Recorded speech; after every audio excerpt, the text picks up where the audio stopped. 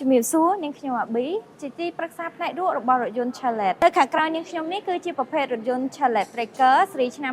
2025របស់សហរដ្ឋអាមេរិកដែលបានបំពាក់ដោយម៉ាស៊ីន Turbo 1.0 លីត្រដែលភ្ជាប់ជាមួយនឹងប្រអប់លេខ6លេខអូតូនិង6លេខដៃដែលបង្កើតកម្លាំងសេះបានរហូតដល់116 HP និងកម្លាំងរមាស់កង់រហូតដល់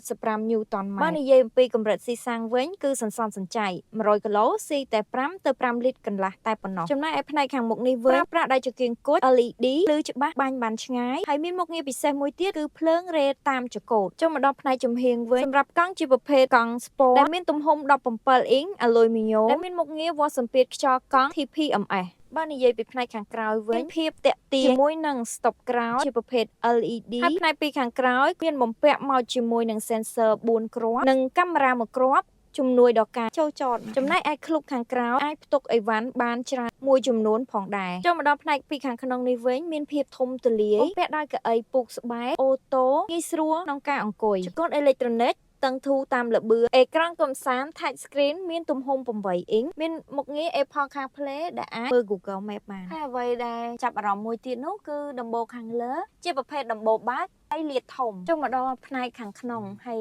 ខាងក្រោយនេះវិញគឺមានសភាពធំទូលាយហើយកៅអីក៏ជាប្រភេទកៅអីពូកស្បែកដូចគ្នាជាមួយនឹងខាងមុខដែរអញ្ចឹងពេលដែលយើងអង្គុយទៅមានអារម្មណ៍ថាគឺស្រួលអត់ចុកក្នុងចុកចង្កេះទេហើយសម្រាប់ព័ត៌មានថែមបងអាចទំនាក់ទំនងមកនាងខ្ញុំអាប៊ីសូមអរគុណសូមគោរពលា